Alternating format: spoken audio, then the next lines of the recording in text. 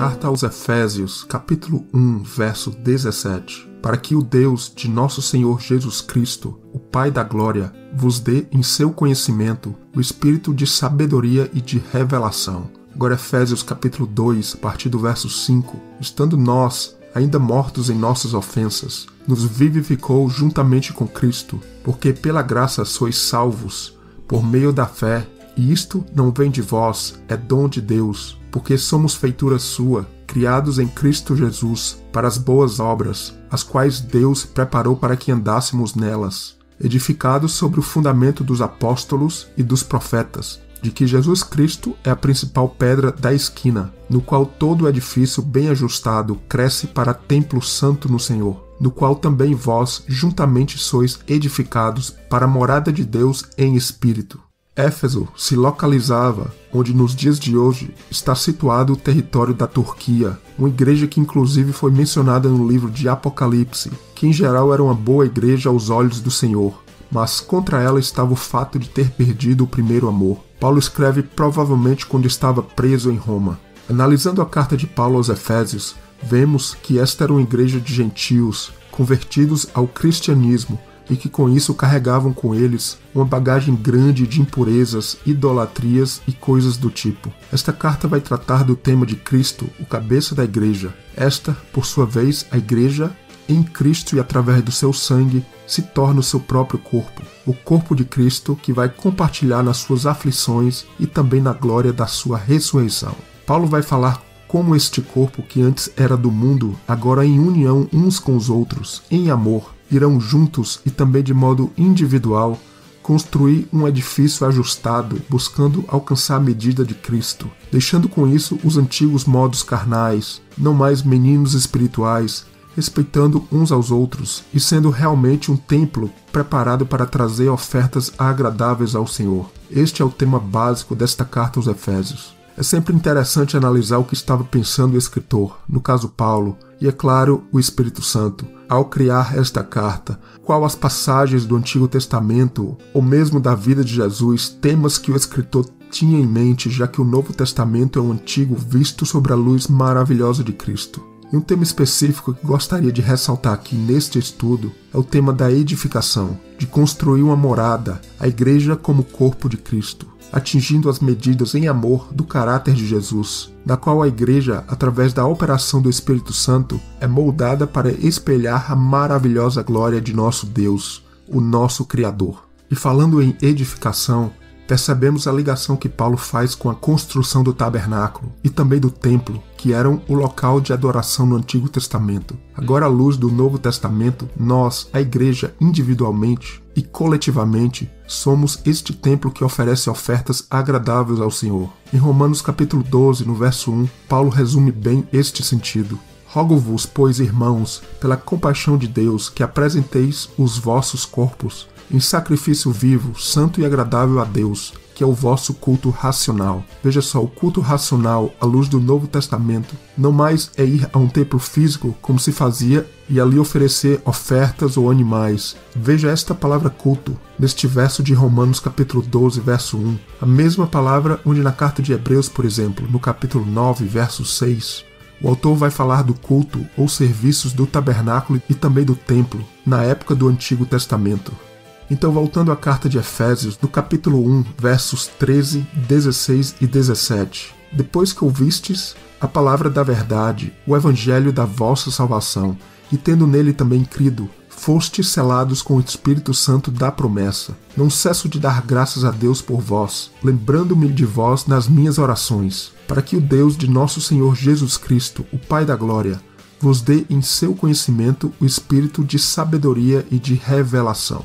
Então, através do Evangelho, nós somos selados com o Espírito Santo da promessa. E Paulo orava para que o Senhor os desse a cada um daquela congregação, para que eles alcançassem o espírito de sabedoria e revelação do Senhor. Que espírito é esse? Quando Moisés recebeu a lei do Senhor no Monte Sinai, o próprio Senhor também deu a Moisés todas as instruções para a confecção e também para a construção do tabernáculo. Em Êxodo, no capítulo 31, nos versos 2 e 3, eis que eu tenho chamado por nome a Bezalel, o filho de Uri, filho de Ur, da tribo de Judá, e o enchi do Espírito Santo de Deus. de sabedoria e de entendimento e de ciência em todo o lavor. Também em Êxodo, no capítulo 35, a partir do verso 30, depois disse Moisés aos filhos de Israel: Eis que o Senhor tem chamado por nome a Bezalel, filho de Uri, filho de Ur, da tribo de Judá. E o Espírito de Deus o encheu de sabedoria, entendimento, ciência e em todo o lavor. E para criar invenções, para trabalhar em ouro e em prata e em cobre, e em lapidar de pedras. Também lhe dispôs o coração para ensinar a outros. Encheu-os de sabedoria do coração, para fazer toda a obra de mestre, até a mais engenhosa, fazendo toda a obra e criando invenções. Então a gente vê essa ligação em Efésios desse espírito da sabedoria, do conhecimento e sabedoria, aquele mesmo espírito que aqueles homens ali na construção do tabernáculo que a gente vê em Êxodo, esse mesmo espírito que foi derramado sobre aqueles homens. E ainda em Êxodo, no capítulo 36, nos versos 1 e 2, assim trabalharam Bezalel e Aholiabe, e todo o homem sábio de coração, a quem o Senhor dera sabedoria e inteligência, para saber como haviam de fazer toda a obra para o serviço do santuário, conforme a tudo o que o Senhor tinha ordenado. Então Moisés chamou a Bezalel e a Aholiabe, e a todo homem sábio de coração, em cujo coração o Senhor tinha dado sabedoria, a todo aquele a quem o seu coração moveu a se chegar à obra para fazê-la. Então que espírito era aquele? O espírito que foi derramado naquele povo, naqueles homens durante a construção do tabernáculo, nos tempos de Moisés no deserto, é o mesmo espírito que Paulo orava para que aqueles irmãos da igreja de Éfeso tivessem, o espírito de sabedoria na construção desta obra que o Senhor está fazendo em nossas vidas. A construção do tabernáculo naquele tempo era a sombra do que hoje o Senhor está fazendo em nossas vidas. Em Atos, no capítulo 2, podemos ver que no dia de Pentecoste, o Espírito do Senhor desceu e repousou sobre os 120 discípulos e mais cerca de 3.000 outras pessoas. Enquanto no templo físico, lá em Jerusalém, os sacerdotes e certamente todos os judeus e mais uma grande multidão de fiéis estavam comemorando toda aquela festa, vemos um outro templo, um outro tabernáculo estava sendo criado. Agora não mais um templo feito com mãos humanas, não mais pedras talhadas, mas o Espírito do Senhor descia sobre um número relativo pequeno de discípulos e outras pessoas, e estrangeiros também que passavam por ali. Esta construção que o Senhor iniciava, onde agora o Espírito de Deus estava descendo não mais em um local físico, mas nas vidas de pessoas que estavam abertas a receber aquele derramamento maravilhoso. Somos feituras, obras das mãos do Senhor, criados em Cristo Jesus, o sacrifício, o sangue que nos dá vida. Isto é maravilhoso. O Salmo 8, nos versos 3 e 4, diz assim: Quando vejo os teus céus, obras dos teus dedos, a lua e as estrelas que preparaste, quem é o homem mortal para que te lembres dele, e o filho do homem para que o visites? Então os céus, a lua, as estrelas, a terra, são todas obras das mãos e dos dedos do Senhor. Mas quem é o homem? Impressionante que a gente percebe que assim como céus e terra são obras das mãos de Deus, assim é o homem também, feito do pó da terra e do sopro maravilhoso que vem lá do alto. E mais ainda, o olhar de Deus está sobre o homem. Em Isaías capítulo 64, no verso 8, Mas agora, ó Senhor, Tu és nosso Pai, nós o barro e Tu o nosso oleiro, e todos nós a obra das Tuas mãos. Como Paulo fala no Novo Testamento, nós somos este tesouro em vasos de barro. Tesouro por quê? Porque o Senhor nos enche dele, da sua obra maravilhosa e nos molda. Foi assim que no Monte Sinai o Senhor falou ao povo que eles seriam o seu tesouro particular. Agora não mais uma obra feita por mãos humanas que se assemelham aos céus ou à terra. Não mais aqueles ídolos, aquelas obras mortas feitas com tijolos lá no Egito. Mas agora ele quer nos refazer como um oleiro refaz o vaso quebrado. Como na criação, lá em Gênesis, separando a luz da escuridão, dividindo as águas. Jesus mesmo falou que veio para causar divisão, e as trevas não devem prevalecer sobre as nossas vidas, até que alcancemos este descanso maravilhoso que o Senhor tem para nós, representado pelo 7º dia da criação, onde Deus descansou, e de nós Ele também espera este descanso também.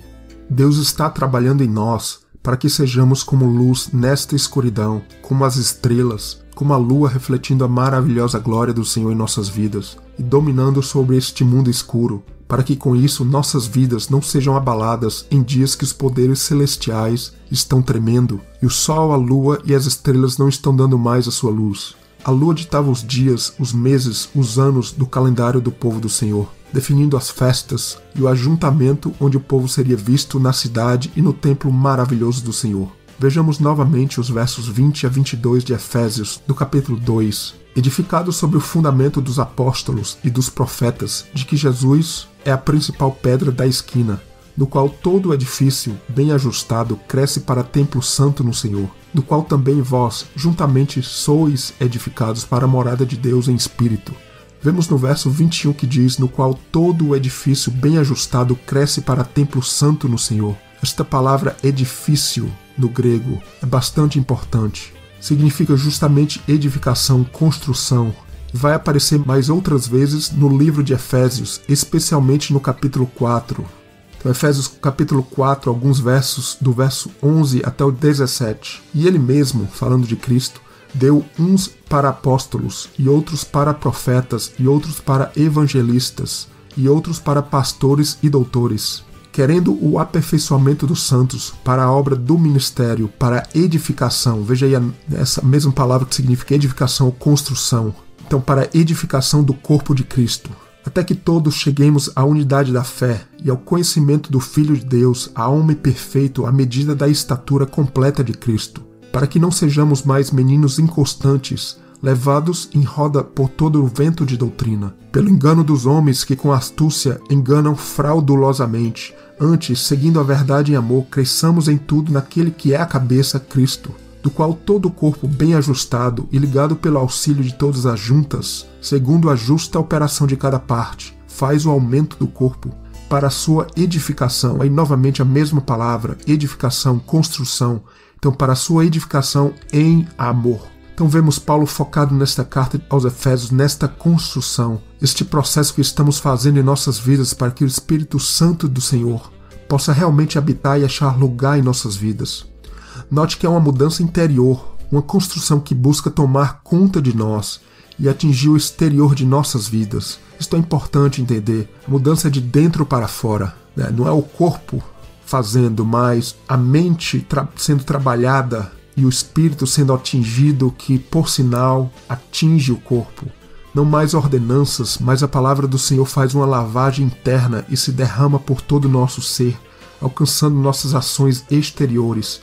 Outra coisa importante que vemos, o ministério dos apóstolos, profetas, evangelistas, pastores e doutores tem o propósito de aperfeiçoar os santos. Isto é super importante. Não é o meu, o seu ministério, mas um trabalho para edificar, onde o objetivo é fazer discípulos e pessoas tão ou mais capacitadas quanto nós, não é mesmo? A palavra fala de um corpo bem unido e ajustado, com todos operando em seus dons. Veja só, todos operando em um destes 5 dons. Precisamos ver na obra do Senhor esta diversidade. Esta deveria ser a nossa busca. A igreja como um organismo vivo, em que há uma reprodução e a capacitação de servos e servas realmente sejam levados à estatura de Cristo em verdade e amor, contribuindo verdadeiramente nesses dons que edificam e constroem um corpo bem ajustado.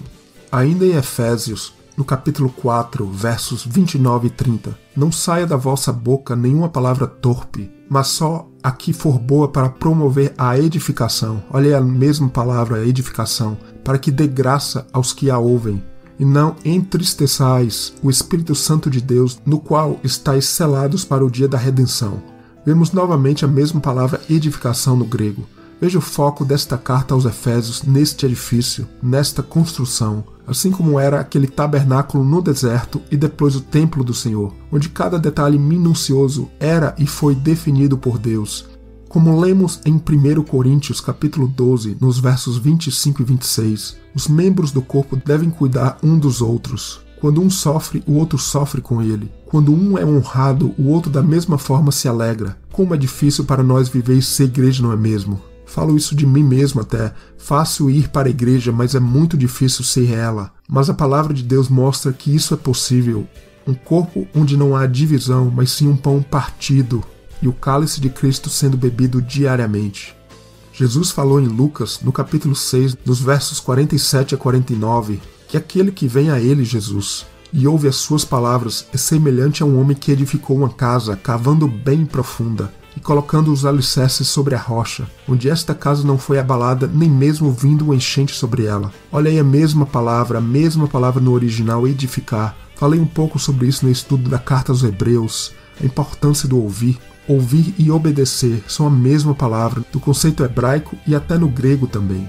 A casa construída ou edificada na rocha, esta mesma palavra que Paulo usa muito nos seus escritos, inclusive não somente na carta aos Efésios. A casa que simboliza nossas vidas, edificadas na rocha, em Cristo e no seu amor. Com essa fundação firme, esta casa não é abalada. A gente vê a ligação com o livro de Hebreus, onde as nossas vidas e mentes não devem ser abaladas para que recebamos um reino que não é abalado, como aquela montanha do Sinai tremendo, mas nós, sendo como Moisés lá em cima, recebendo e ouvindo a palavra do Senhor. E continua Jesus: o que não ouve e pratica esta palavra é semelhante ao homem que edificou a casa sem alicerces. E quando veio a corrente, esta caiu e foi a ruínas. Pedro teve essa experiência com Jesus. Antes, um homem levado pelo vento, impossível, que tinha muito apreço por Jesus, mas que passou a amá-lo profundamente apenas após sua morte e ressurreição.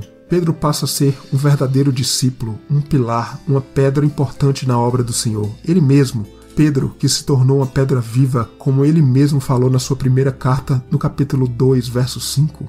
Vós também, como pedras vivas, sois edificados, olha a mesma palavra, casa espiritual e sacerdócio santo, para oferecer sacrifícios espirituais agradáveis a Deus por Jesus Cristo.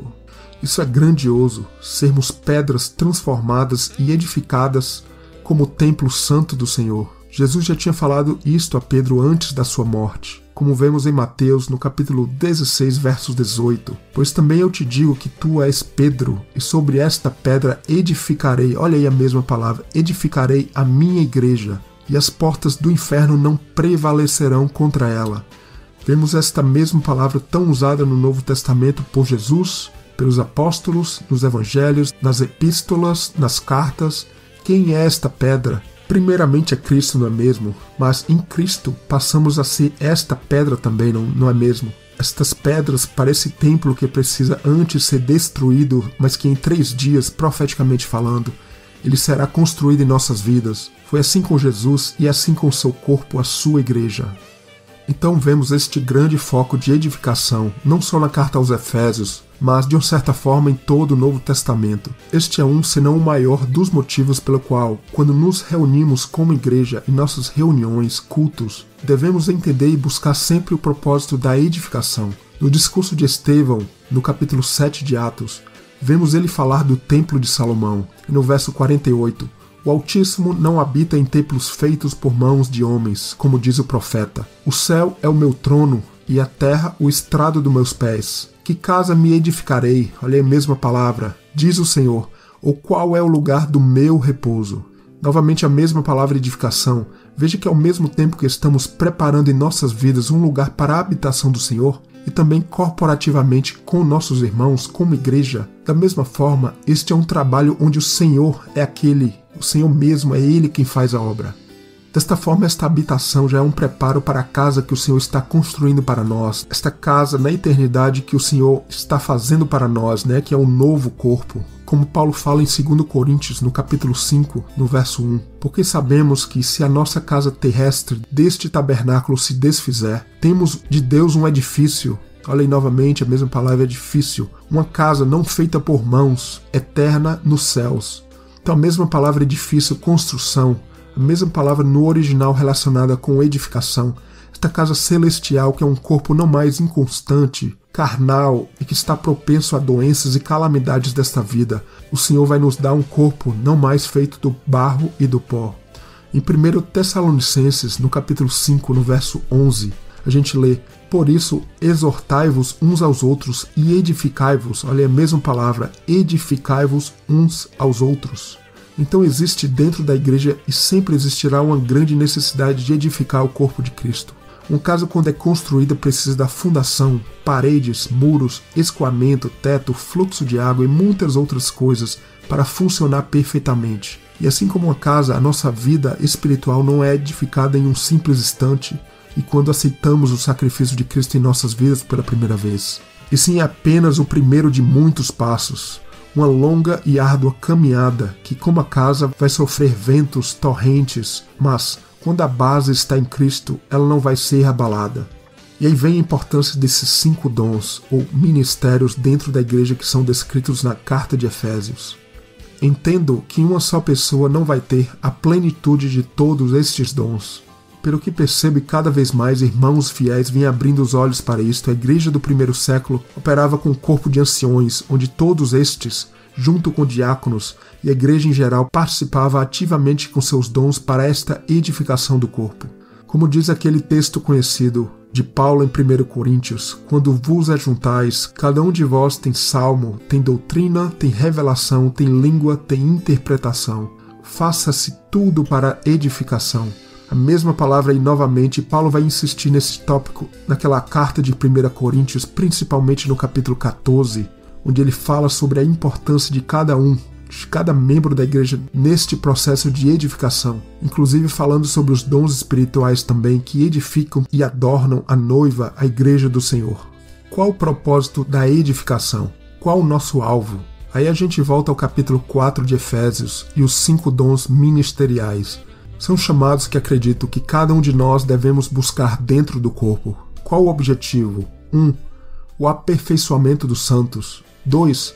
Para a obra do ministério. 3. Para a edificação. Olha aí a mesma palavra, edificação.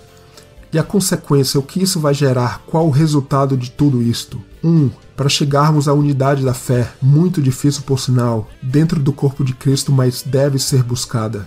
2. Chegar ao conhecimento do Filho de Deus. Que conhecimento? Já não conhecemos a Cristo? Sim, mas precisamos avançar em busca do quê? Do homem perfeito, da medida, da estatura de Cristo. Claro que essa palavra perfeito é uma forma de falar o alvo, mas sabemos que estaremos sempre em construção até que pisemos a eternidade. E o que isto vai evitar? De acordo com o texto em Efésios, novamente, e primeiramente vai evitar para que não sejamos mais meninos inconstantes, levados em roda por todo o vento de doutrina. Isso é como a casa sendo abalada, não só por doutrinas, mas por dificuldades e tentações deste mundo que nos afetam. Número 2, também evita que a gente seja enganado por homens que com astúcia enganam fraudulosamente. E como isso existe, não é mesmo? Então o corpo de Cristo em nossas vidas sendo construída nessa fundação que foi definida pelos apóstolos e a igreja do primeiro século, que por sinal tinha muitos defeitos também, mas buscando isto, realmente poderemos ver este alvo de ter Cristo reinando não só em nós, individualmente, mas no corpo como um todo, onde o amor vai abundar e florescer. É um grande desafio, não é mesmo? Como é difícil, mas também é possível. Para os que estão na frente, na liderança, como viver em harmonia, mesmo com diferenças, até doutrinárias e divisões, porque na verdade ninguém vai ter o mesmo entendimento em tudo, do que nós. Muitas vezes também é questão de maturidade, até no conhecimento da palavra. E uma regra que tenho buscado no Senhor é paciência, amor, ouvir. É uma coisa que eu tenho tentado trabalhar em mim mesmo. Como é importante ouvir a todos, não significa concordar com todos. Basta olhar como Jesus fez nos mais de 3 anos do seu ministério, como ele teve paciência e soube levar os discípulos até que estes amadurecessem. E olha, mesmo na liderança de qualquer grupo, igreja, denominação, vai sempre existir pessoas imaturas em várias áreas e nós, eu mesmo, precisamos crescer em diferentes pontos a cada dia. É importante enxergar os dons dos irmãos e irmãs para que todos estes sejam usados. O que acontece quando a edificação não existe? A igreja, as pessoas não vão crescer, ou pelo menos não no nível que poderiam. Vai ser como um paralítico, um coxo, pessoas que vemos como Jesus mesmo teve que vir para curar. Um corpo ou pessoas que podem até andar, falar, ouvir, mas muitas vezes, falando espiritualmente aqui, fazem isto, mas não no nível que o Senhor quer de nós. É um movimento que não atinge a sua plenitude. Pode-se ver conversão, às vezes até em massa, e isto é bom, mas precisa de um trabalho, crescimento, edificação também após isto. A questão é qual a percepção, qual a perspectiva e a visão de Cristo quando ele olha para a gente, para o nosso grupo, para a nossa igreja. Muitas vezes a percepção dele, de Jesus, pode ser bem diferente da nossa. Só a palavra dele, de Deus, pode definir isto.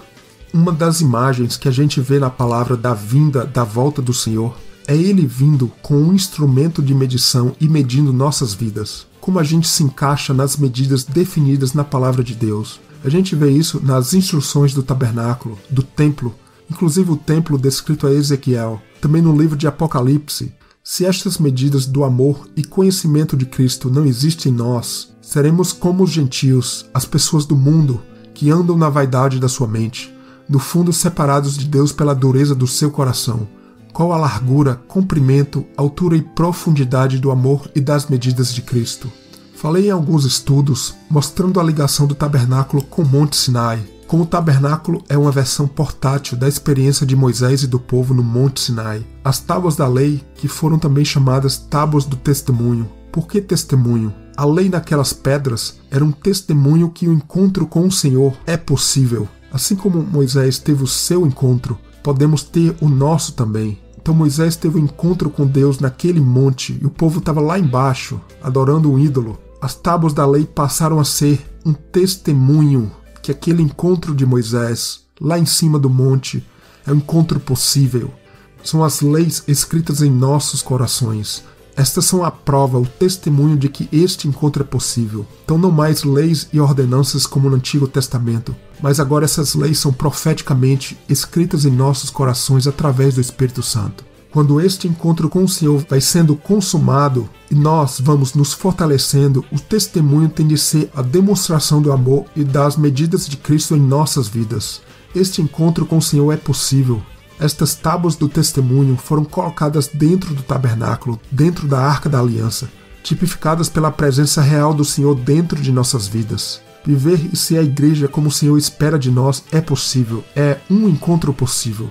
Esta metamorfose que Moisés sofreu, mostrada no seu rosto brilhando na montanha, é a transformação interna que precisamos experimentar. Como falei, é uma mudança de dentro para fora, não o contrário. Não mais através de mandamentos que apenas justificam a carne. Este encontro com Deus acontece em nossas vidas todos os dias, toda hora, e daí se vem a mudança interna que vai florescer externamente. A mente sendo transformada e o espírito com isso prevalecendo sobre a carne. Voltando a Efésios capítulo 2, no verso 10, somos feitura sua, de Deus, criados em Cristo Jesus para as boas obras, as quais Deus preparou para que andássemos nela. Esta palavra feitura, neste verso, está relacionada à palavra grega, da onde se origina a palavra poema. Então Deus está escrevendo um poema em nossas vidas, que começou no Gênesis com a criação dos céus e da terra, do tabernáculo e também de todos os seres vivos, inclusive nós, os seres humanos. Este poema, que às vezes tem partes tristes, mas em nome de Jesus se transformará em alegria para que nós, como indivíduo e também como grupo, a igreja, a noiva, possa ver o cabeça que é Cristo sendo colocado sobre nós. É a decapitação das nossas individualidades. É o que chama de ser degolado pelo testemunho de Jesus. Prontos para toda a boa obra, mas, importante dizer, como Paulo ressaltou, salvos pela graça. As obras são testemunho de vidas transformadas, como eram aquelas tábuas da lei. Então este poema está sendo escrito em nossas vidas. Devemos apenas deixar o Senhor escrevê-lo com sua mão, com seus dedos, detalhe por detalhe, minuciosamente. Sombras daquela mulher que ungiu os pés de Jesus, com perfume de alto preço, como Jesus falou. Aquela unção era para o seu sepultamento.